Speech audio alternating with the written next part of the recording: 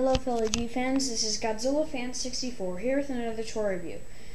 Yes, I'm doing this on the table a long ways because this figure is so tall. So here's the Bandai Creations 12-inch Kiryu, or Kiryu, if you prefer. Yeah, he's 12 inches tall because he's part of the 12-inch line, which also includes Godzilla and Gigan. Here, just give you an idea of how massive he is. Let's team him up with the 8-inch Chainsaw Gigan. So yeah, he is massive. Yeah,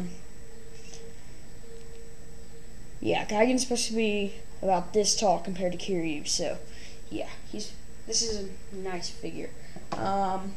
This is the box he came in. I think the only monsters he would size up with were the 12-inch Gigan or Kiryu, but I don't have either of those yet. But anyway, he came in the box just like that. It's a cool box. Shows all the monsters here. So yeah, that's how he came. So yeah, let's start reviewing. Start off with articulation. The arms can move here, 360. He has pretty nice articulation all over. The head can kind of move like that. That's the way it's supposed to move. But if the head and neck are the only part that are soft vinyl. So if you really force it, you can get it past these ridges here and get it to rotate 360. It's pretty hard though. You gotta be careful because if the head pops off, it's really a pain to pop it back in. The waist can't rotate 360, but it can kind of move like that. And it can't rotate 360 for two reasons. One, it's not totally round, and two, if you try to rotate it too much, like right there, as you can see, it starts to come off. And if it comes off, it'll be really hard. Legs don't move because they're stuck on this battle pose.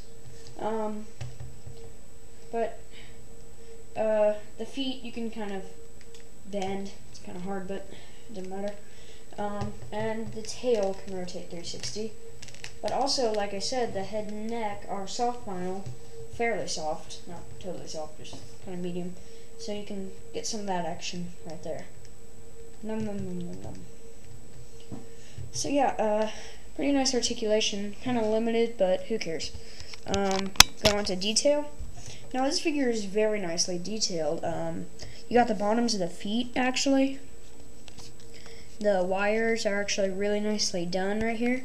I love the way they painted the wires because it's actually like kind of silver thrown in, so it looks really realistic. There's only one major complaint on this figure, and that's the tail. First off, it's kind of short and stubby, as you can see. But also the wires here, just like on most of the smaller versions, aren't painted. Why not? Would it like seriously kill you to paint the wires? I mean, it's like that on pretty much all Kiryu figures except for the Chogokin one. But actually, the end of the tail is done pretty nicely. Paint job. Oops, is actually really nicely done. He's mostly silver all over, but he does have a really nice shade of yellow on the eyes, like really nice shade. You got some red right there. You got these arrows on the arm and kneecap. Not really kneecap, just kind of below the kneecap. Oops, daisy. So yeah, in my last review of the Balton, I said that I'm going to start going over history. Here, let me scoot the camera back. There we go, get a better view of him. So yeah, history. He actually appeared in 2 movies, but this one with without the lines on the chest, or grooves, whatever, appeared in the first one, Godzilla against Mechagodzilla, so that's the history I'll go over. Alright, now, the movie starts off with Godzilla attacking, then they discover they need a way to defend themselves, so they begin building this guy here. Now, Godzilla attacks earlier than expected because he's attracted by Godzilla 54's bones, which is actually used in Kiryu. So what happens is he hears Godzilla's roar, and he actually utters a Godzilla roar with like mechanical engineering thrown in, because he remembers.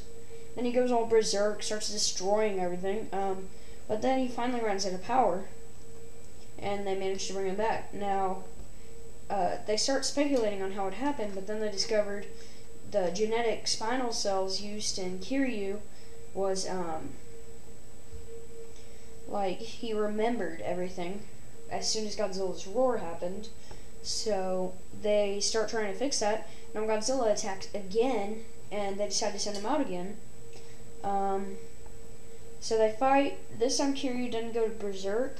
What happens is the pilot, some woman, forgot her name, tries to use the absolute zero, but then it fails, and when she tries to use it again, she's like, Kiryu's like hugging Godzilla, and they're underwater. So what happens is this massive ice structure forms, and then they think Godzilla's dead, but then he breaks out with the scar on his chest that you see, and that Godzilla figure with the scar, and walks away. And then they're wondering if Kiryu's still there, and yes, there is a sequel, Tokyo SOS, and Kiryu does come back. So yeah, that's about it for the history of this guy. So yeah, for final thoughts, this is actually a very nice figure. I give him a 5 out of 5. So yeah, the only complaint is the tail. But yeah, very nice figure. I highly recommend it if you can find him. I got mine at a Toys R Us in Edmond, Oklahoma. So yeah, pretty lucky I found him there. They also had the 10-inch Godzilla, but I wanted this guy worse, so yeah, that's why he's here with me now. So yeah, thanks for watching, and goodbye.